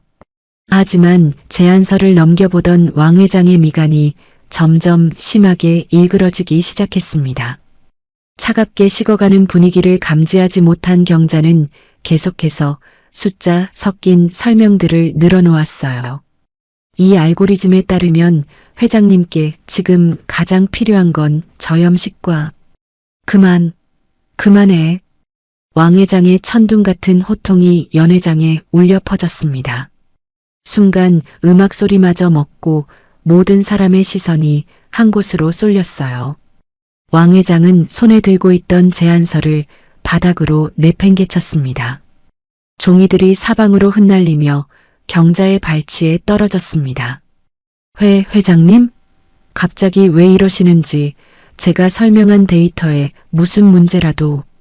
박경자가 당황해서 말을 더듬자 왕 회장이 핏대를 세우며 일어섰습니다. 데이터? 수치? 이따위 종이 쪼가리가 나를 관리해준다고? 내 혈압이 정상이고 당뇨 수치가 안정적이라는 건 나도 알아. 병원 의사들도 입만 열면 정상이라고 떠들어대지. 그런데 말이야, 나는 지금 매일 밤 다리가 끊어질 듯 아파서 잠을 못 자. 속은 타들어가고 머리는 깨질 것 같은데 너희는 이 차가운 숫자만 들이밀며 나를 관리하겠다고? 왕 회장의 눈동자가 분노로 이글거렸습니다. 그는 떨리는 손으로 가슴을 팍팍 내리쳤습니다. 너희 박사님들이 뽑아낸 이 잘난 데이터에는 내 몸이 매일 보내는 이 비명은 하나도 안 담겨 있단 말이다. 너희는 내 몸을 보려는 게 아니라 내 돈만 보고 숫자 노름을 하고 있어. 이런 진정성 없는 사업 따위에 내 태산의 이름을 빌려줄 줄 알았나? 시아버지가 허리를 굽히며 진땀을 흘렸습니다. 회장님, 진정하십시오. 저희가 다시 분석해서 보강하겠습니다. 필요 없어. 당장 이 계약 취소야. 왕 회장의 단호한 말에 박경자의 얼굴이 백지장처럼 하얗게 질렸습니다. 평생을 바쳐 쌓아온 자신의 학벌과 이론이 단칼에 부정당하는 순간이었죠. 연회장 구석에서 이 모든 상황을 지켜보던 수경의 눈빛이 깊게 가라앉았습니다. 그녀는 왕 회장이 가슴을 내리칠 때의 손동작과 미세하게 떨리는 눈꺼풀을 놓치지 않았습니다. 심장 문제가 아니야. 어제 드신 약이랑 오늘 드신 차가 충돌하고 있어. 수경은 직감했습니다. 왕 회장의 몸속에서 거대한 폭풍이 몰아치고 있다는 사실을요. 박경자가 자랑하던 그 잘난 데이터는 왕 회장이 어제 개인적으로 복용하기 시작한 보조제의 성분까지는 계산하지 못했던 겁니다. 어머니, 회장님 안색이 너무 안 좋으세요. 일단 좀 쉬시게 하는 게. 수경이 조심스럽게 다가와 말했지만 분노에 휩싸인 경자는 수경을 밀쳐내며 소리를 질렀습니다. 너는 저리 비켜. 어디서 감히 내가 끼어들어. 회장님, 한 번만 더 기회를 주십시오. 저희 시스템은 완벽합니다. 단지 경자는 여전히 자신의 이론이 틀렸다는 것을 인정하지 못하고 매달렸습니다. 하지만 왕 회장은 이미 마음을 굳힌 듯 차갑게 등을 돌렸어요. 성진무역의 운명이 벼랑 끝으로 내몰린 절체절명의 위기 상황이었습니다. 그때였습니다. 자리를 뜨려던 왕 회장이 갑자기 비틀거리더니 자신의 목을 움켜쥐었습니다. 커. 왕 회장의 입에서 짐승 같은 신음이 터져 나왔습니다. 그의 몸이 힘없이 바닥으로 고꾸라지기 시작했습니다. 비명과 소란 속에 연 회장은 순식간에 아수라장으로 변했습니다. 박사 박경자도 엘리트 아들 민우도 그 누구도 이 상황에 대처하지 못한 채 얼어붙고 말았습니다. 수경은 본능적으로 느꼈습니다. 지금 저 노인을 살릴 수 있는 사람은 이 연회장에서 오직 자신뿐이라는 것을요. 하지만 시어머니의 투명인간 명령이 그녀의 발목을 잡고 있었습니다. 과연 수경은 가문의 금기를 깨고 손을 뻗을 수 있을까요? 분노를 터뜨리며 돌아서던 태산그룹 왕 회장의 발걸음이 돌연 멈추었습니다. 그의 얼굴이 순식간에 잿빛으로 변하더니 거친 숨을 몰아쉬며 가슴을 부여잡았어요. 커. 짧은 비명과 함께 왕 회장의 거구이 바닥으로 무겁게 고꾸라졌습니다. 화려했던 연 회장은 순식간에 비명소리가 가득한 아수라장으로 변해버렸습니다. 회장님, 정신 차리세요. 어서 119 불러. 빨리. 가장 먼저 달려온 건 박사 시어머니 경자와 명문대 출신 친척들이었습니다. 그들 중에는 네로라 하는 대학병원의 의사 친척들도 몇 명 포함되어 있었죠. 경자는 하얗게 질린 얼굴로 왕 회장의 어깨를 흔들며 소리쳤습니다. 이거 심장마비 아니야?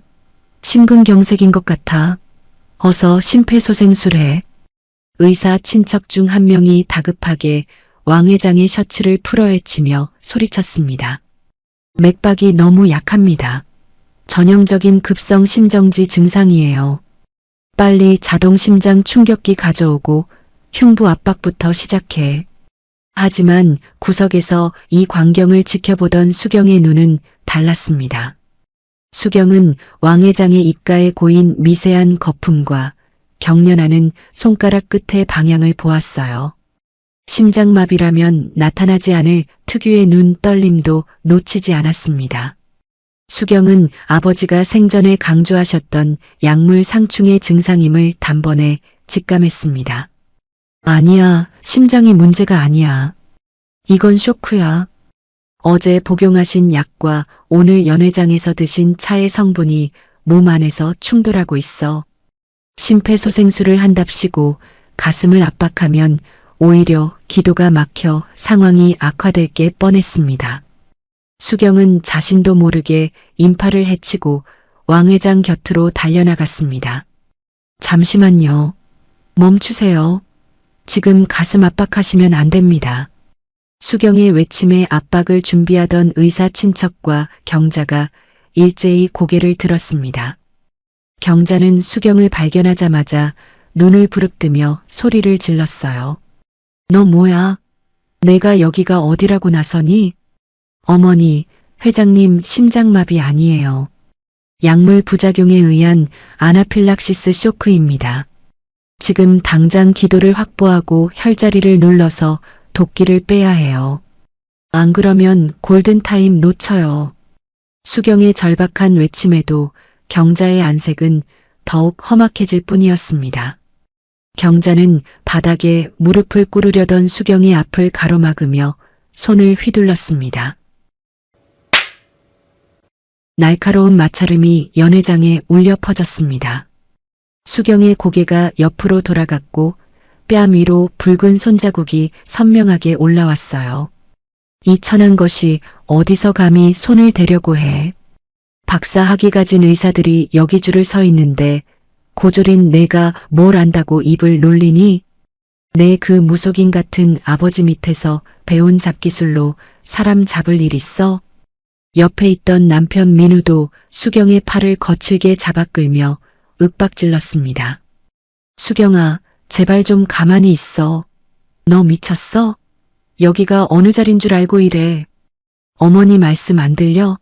내가 뭘 안다고 의사 형님들 하는 일에 참견이야. 경자는 바닥에 침을 뱉듯 차갑게 쏘아붙였습니다. 너 같은 건 저 구석에 가서 구두나 닦고 있어. 어디서 감히 그 더러운 손으로 회장님 몸에 손을 대려고 하니? 격 떨어지게. 내 수준에 맞는 일이나 해. 이 똑똑한 분들 방해하지 말고 당장 사라져. 의사 친척은 수경을 무시한 채 다시 왕 회장의 가슴 위로 손을 올렸습니다. 하지만 왕 회장의 안색은 이제 보라색을 넘어 검푸르게 변해가고 있었어요. 수경의 눈에는 보였습니다. 왕 회장의 목 근육이 경직되면서 숨길이 완전히 닫히기 직전이라는 사실을요. 안 돼요. 지금 압박하면 목 뒤로 혀가 말려 들어가서 정말 돌아가신단 말이에요. 수경은 뺨의 통증도 잊은 채 다시 소리쳤습니다. 그녀의 눈빛은 더 이상 순종적인 며느리의 눈빛이 아니었습니다. 아버지가 사람을 살릴 때 보여주었던 그 서슬 퍼런 투사의 눈이었죠. 데이터요? 학벌이요? 지금 저분이 숨을 못 쉬는데 그게 무슨 소용입니까? 경자는 수경의 기세에 눌려 잠시 주춤했지만 이내 도끼를 내뿜었습니다. 이게 끝까지. 민우야, 얘 당장 밖으로 끌어내. 경비원들 불러. 이 미친 여자 당장 치우라고 해. 사람들에게 팔이 붙잡혀 끌려나가면서도 수경은 왕 회장에게서 시선을 떼지 않았습니다. 왕 회장의 손끝이 파르르 떨리며 힘없이 바닥으로 떨어졌습니다. 이제 정말 시간이 없었습니다. 수경은 자신을 붙잡은 남편의 손을 강하게 뿌리쳤습니다. 비켜요. 사람부터 살리고 봐야죠. 수경의 한마디에 연회장 전체가 찬물을 끼얹은 듯 조용해졌습니다. 학벌과 체면 뒤에 숨어 우왕좌왕하던 엘리트들이 수경의 압도적인 기운에 멈칫했습니다. 그 틈을 타 수경은 다시 왕 회장을 향해 몸을 날렸습니다. 가문의 금기도 시어머니의 독설도 더 이상 수경의 발걸음을 막을 수 없었습니다. 왕 회장의 얼굴이 검보라색으로 변하며 사지가 뒤틀리기 시작했습니다. 명문대 출신 의사 친척들이 심폐소생술을 한답시고 가슴을 압박하자 오히려 왕 회장의 입술은 더욱 파랗게 질려갔어요. 지켜보던 시어머니 박경자는 사색이 되어 비명을 질렀습니다. 어떻게? 회장님 돌아가시면 우리 집안 다 끝장이야. 그때였습니다. 경비원들에게 끌려나가던 수경이 무서운 기세로 그들을 뿌리치고 달려왔습니다. 그녀는 자신을 가로막는 시어머니 경자를 어깨로 강하게 밀쳐냈습니다. 비키세요. 지금 안 하면 이분 내사 상태에 빠집니다. 수경의 일갈은 마치 천둥 소리처럼 연회장을 때렸습니다. 평소 죽은 듯 지내던 며느리의 입에서 나온 사자 후에 장내의 모든 사람이 얼어붙었습니다. 경자는 바닥에 엉덩방아를 찌운 채 멍하니 수경을 바라보았습니다. 수경은 망설임 없이 왕 회장의 머리를 젖히고 목덜미 아래 특정 혈자리를 짚었습니다. 다들 비켜요. 숨길부터 터야 산단 말입니다. 수경은 옆에 있던 연회용 식탁 위로 몸을 날렸습니다. 그녀가 집어든 것은 얼음 바구니에 담긴 차가운 물과 은색 젓가락 한 쌍이었어요. 민우 씨, 거기 멍하니 있지 말고 얼음물 좀 더 가져와요. 남편 민우는 수경의 압도적인 카리스마에 눌려 자신도 모르게 발을 움직였습니다.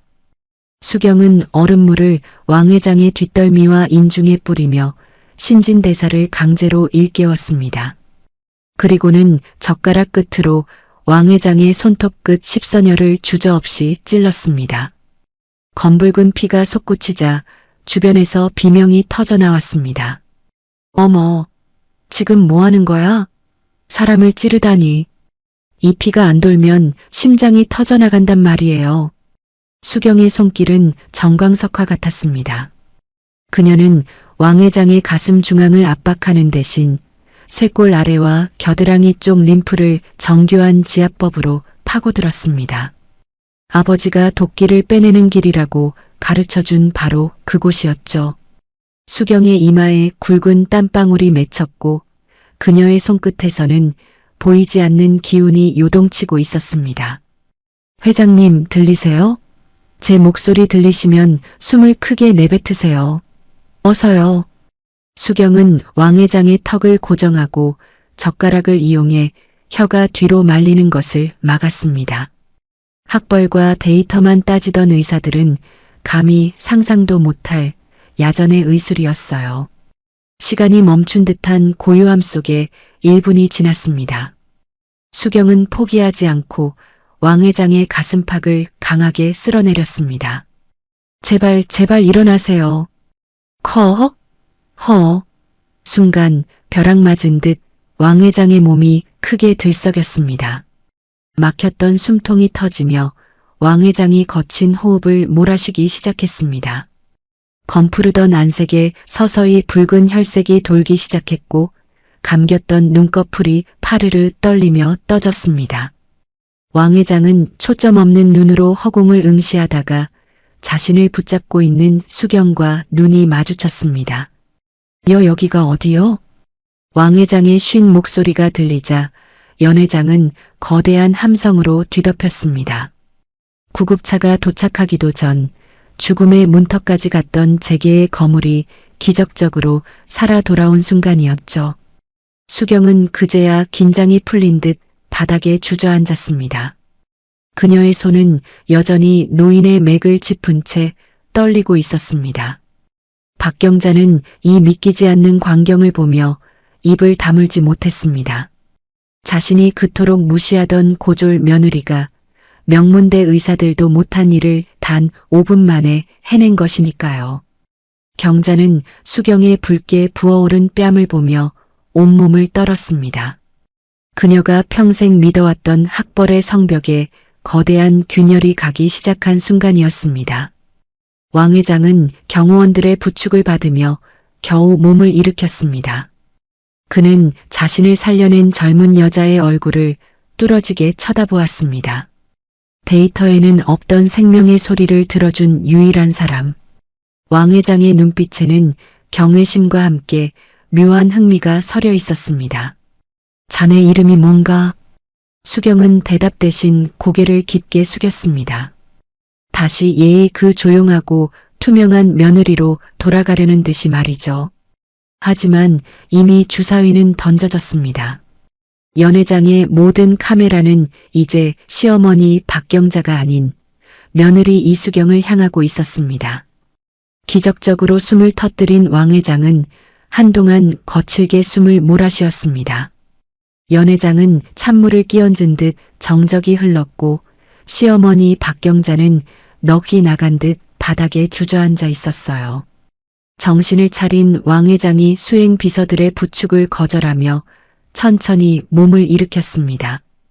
그의 시선은 수많은 박사와 의사들을 지나 구석에서 옷매무새를 가다듬는 수경에게 머물렀습니다. 비서진들은 다들 밖에서 대기하게. 그리고 거기 자네 잠시 나 좀 보지. 왕 회장의 손가락이 수경을 가리켰습니다. 경자는 당황해서 얼른 수경의 앞을 가로막으며 나섰어요. 회장님, 정말 죄송합니다. 제 며느리가 무식해서 겁도 없이 손을 댔어요. 저 아이는 제대로 된 교육도 못 받은 애라 혹시 몸이라도 상하셨으면 제가... 왕 회장이 서슬퍼런 눈빛으로 경자를 노려보았습니다. 입 다물게. 자네 그 잘난 입에서 나오는 데이터 소리는 이제 지긋지긋해. 박산의 모내 떠들던 자네들이 멍하니 서 있을 때 내 숨통을 틔워준 게 누군지 잊었나? 왕 회장의 호통에 경자는 입을 꾹 다물고 뒤로 물러났습니다. 수경은 담담한 표정으로 왕 회장을 따라 연 회장 안쪽 내실로 들어갔습니다. 문이 닫히자 왕 회장은 안락 의자에 깊숙이 몸을 묻으며 긴 한숨을 내뱉었습니다.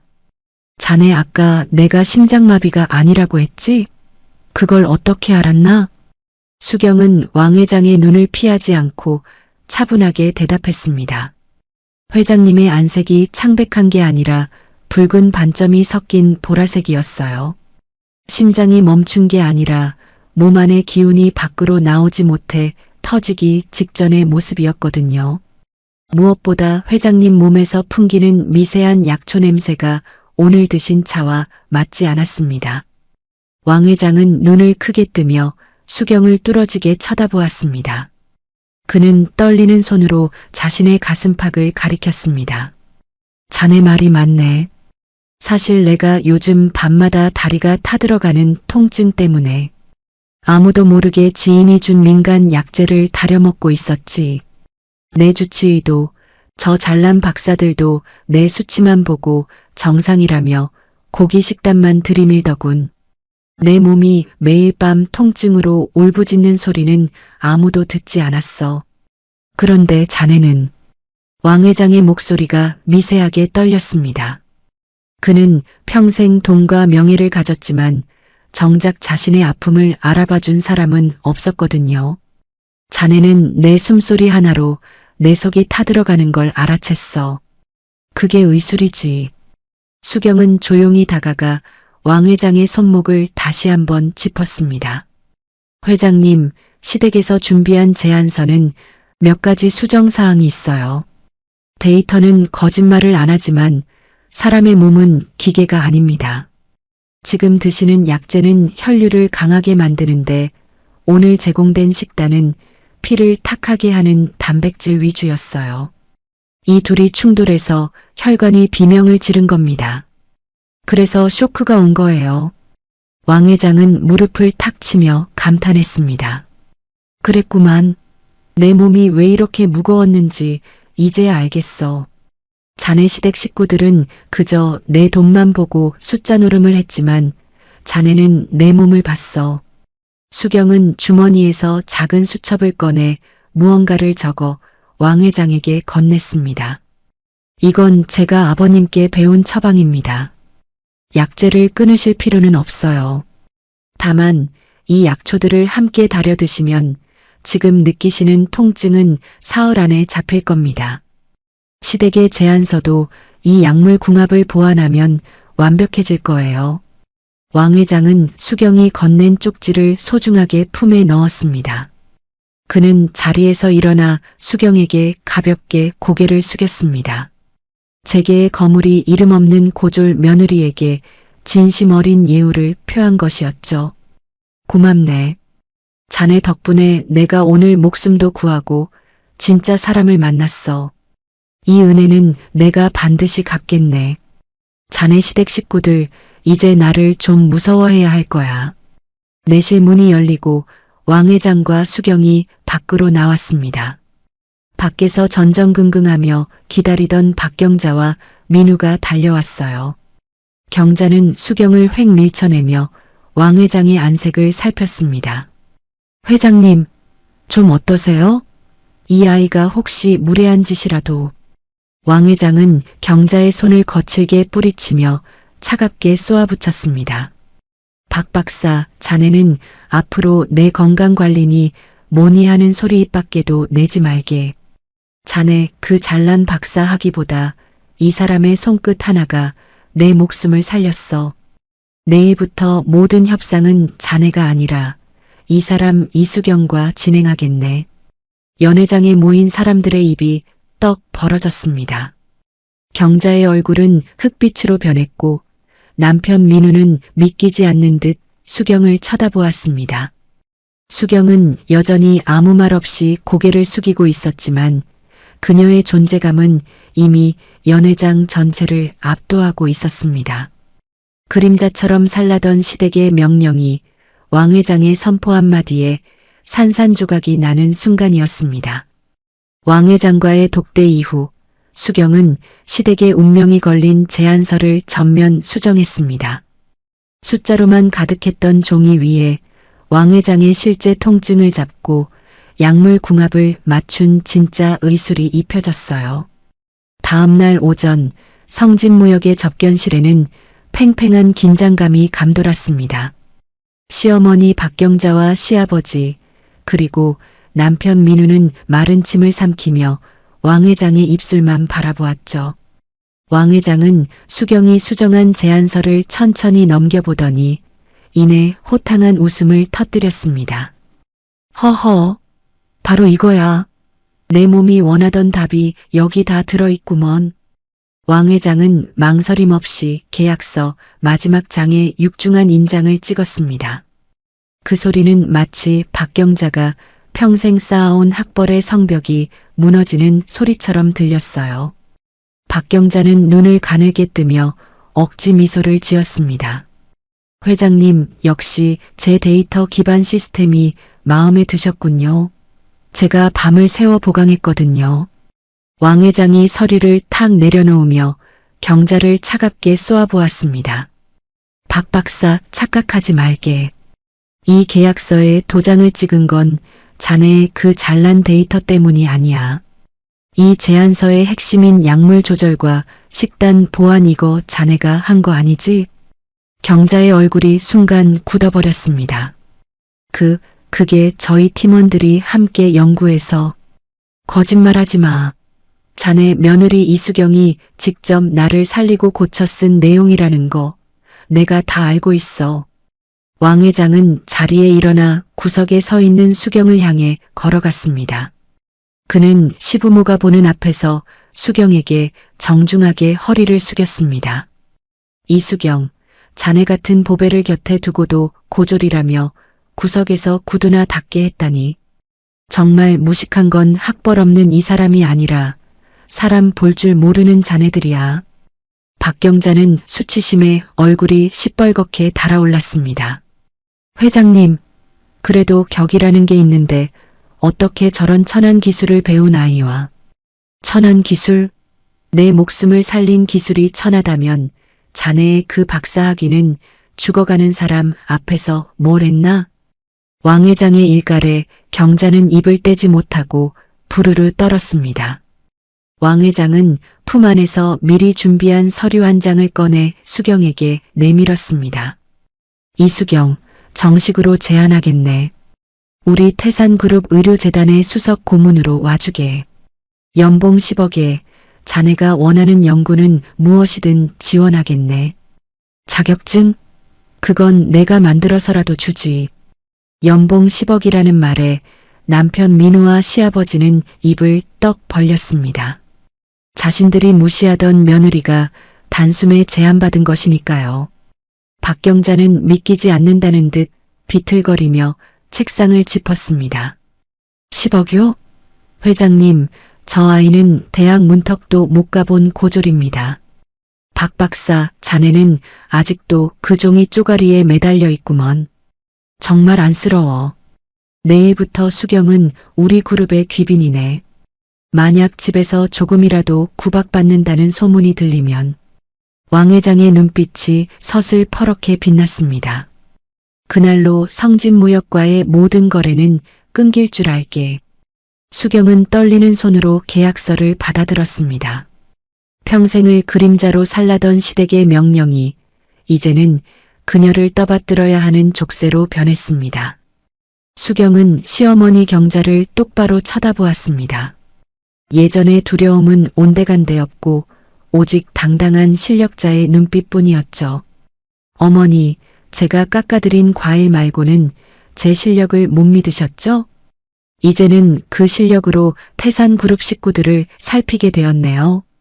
경자는 아무 대답도 하지 못한 채 바닥만 내려다보았습니다. 자신이 그토록 자랑하던 메커니즘과 교양이 며느리의 실전 의술 앞에 무참히 짓밟힌 순간이었습니다. 민우는 슬금슬금 수경의 곁으로 다가와 비굴하게 웃으며 소매를 잡으려 했습니다. 수경아, 내가 처음부터 너 믿었던 거 알지? 역시 내 와이프야. 수경은 민우의 손을 가차없이 뿌리쳤습니다. 조용히 있는 듯 없는 듯 살라고 하셨잖아요. 이제 그 약속 지키기 힘들겠네요. 수경의 차가운 말에 민우는 머쓱한 듯 뒤로 물러났습니다. 박사학위로 며느리를 짓누르던 시어머니는 이제 며느리의 눈치를 봐야 하는 처지가 되었죠. 수경은 주머니 속 아버지의 수첩을 가만히 쥐었습니다. 아버지, 이제 숨지 않을게요. 세상 밖으로 나가서 더 많은 사람을 살릴게요. 접견실을 나서는 수경의 발걸음은 그 어느 때보다 가볍고 당당했습니다. 그 뒤를 따르는 왕 회장의 경호원들과 넋이 나간 시댁 식구들의 모습이 묘한 대조를 이루었습니다. 화려한 감옥의 문은 열렸고 이제 그림자 며느리가 아닌 신의 손 이수경의 시대가 열리고 있었습니다. 왕 회장의 파격적인 스카우트 선언이 있은 후 성진무역의 집안 분위기는 180도 달라졌습니다. 어제의 투명인간이었던 수경은 이제 온 집안이 떠받들어야 하는 귀한 몸이 되었어요. 하지만 수경은 들뜨지 않았습니다. 오히려 차분하고 냉정하게 자신의 짐을 정리하기 시작했습니다.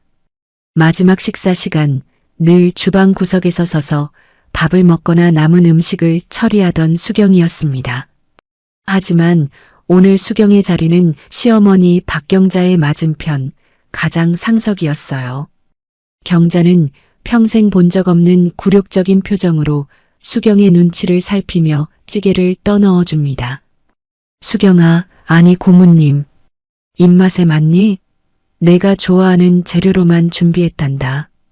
경자의 목소리는 평소의 날카로움은 온데간데 없고 비굴함이 가득 묻어났습니다. 수경은 정갈하게 숟가락을 들며 경자를 똑바로 쳐다보았습니다. 어머니, 이 찌개 염도가 너무 높네요. 데이터 분석은 해보신 건가요? 학벌과 수치를 그렇게 중요하게 여기시더니 정작 가족 건강은 놓치고 계셨네요. 경자는 얼굴이 화끈거렸지만 한마디도 대꾸하지 못하고 고개를 숙였습니다. 옆에 앉은 남편 민우는 수경의 밥그릇에 생선살을 발라놓으며 아부를 떱니다. 수경아, 이제 우리 태산이랑 사업 시작하면 나도 좀 도와줄 거지? 어머니가 하신 말씀들은 다 잊어버려. 다 너 잘되라고 하신 사랑의 매 아니었겠어? 수경은 민우가 놓아준 생선살을 건드리지도 않은 채 자리에서 일어났습니다. 그녀의 시선은 더 이상 이 비겁한 남자에게 머물지 않았습니다. 민우 씨, 사랑의 매는 뺨을 때리는 게 아니라 마음을 보듬는 거예요. 저는 이제 이 집안의 메커니즘에 맞춰 살지 않기로 했어요. 수경은 안방으로 들어가 미리 싸두었던 작은 가방 하나를 들고 나왔습니다.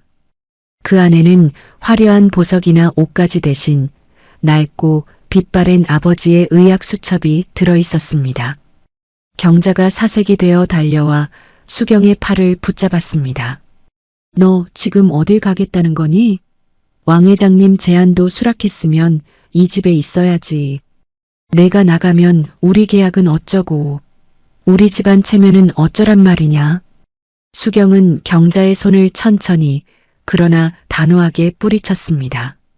어머니가 원하시던 교양 있는 며느리는 이제 없습니다. 저는 태산그룹의 고문으로 그리고 아버지의 뒤를 잇는 의술인 이수경으로 살 겁니다. 더 이상 누군가의 그림자로 숨어 지내는 일은 없을 거예요. 거실을 가로질러 현관으로 향하는 수경의 뒤로 민우와 경자의 절규 섞인 외침이 들려왔습니다. 하지만 수경은 단 한 번도 뒤돌아보지 않았습니다. 현관 앞에 서서 마지막으로 거울 속에 비친 자신의 모습을 응시했습니다. 그곳에는 더 이상 불안함에 눈치를 보던 고졸 며느리가 없었습니다. 자신의 실력으로 세상을 구하고 스스로의 가치를 증명해낸 당당한 여성이 서 있었죠. 이수경, 이제 내 이름을 찾은 걸 축하해. 문을 열고 밖으로 나가자 따사로운 햇살이 수경의 온몸을 감쌌습니다. 화려한 감옥이었던 대저택의 문이 닫히는 소리가 경쾌하게 울려 퍼졌습니다. 수경은 품 안의 수첩을 꼭 쥐고 군중 속으로 자신의 진짜 삶이 기다리는 곳으로 걸어 들어갔습니다. 명문대 졸업장보다 빛나는 실력과 가식적인 교양보다 따뜻한 인수를 가진 그녀. 그림자 며느리 이수경의 위대한 반란은 그렇게 완벽한 승리로 끝이 났습니다. 오늘 사연은 여기까지입니다. 끝까지 시청해 주셔서 고맙습니다. 구독과 좋아요 남겨주실 거죠? 감사합니다.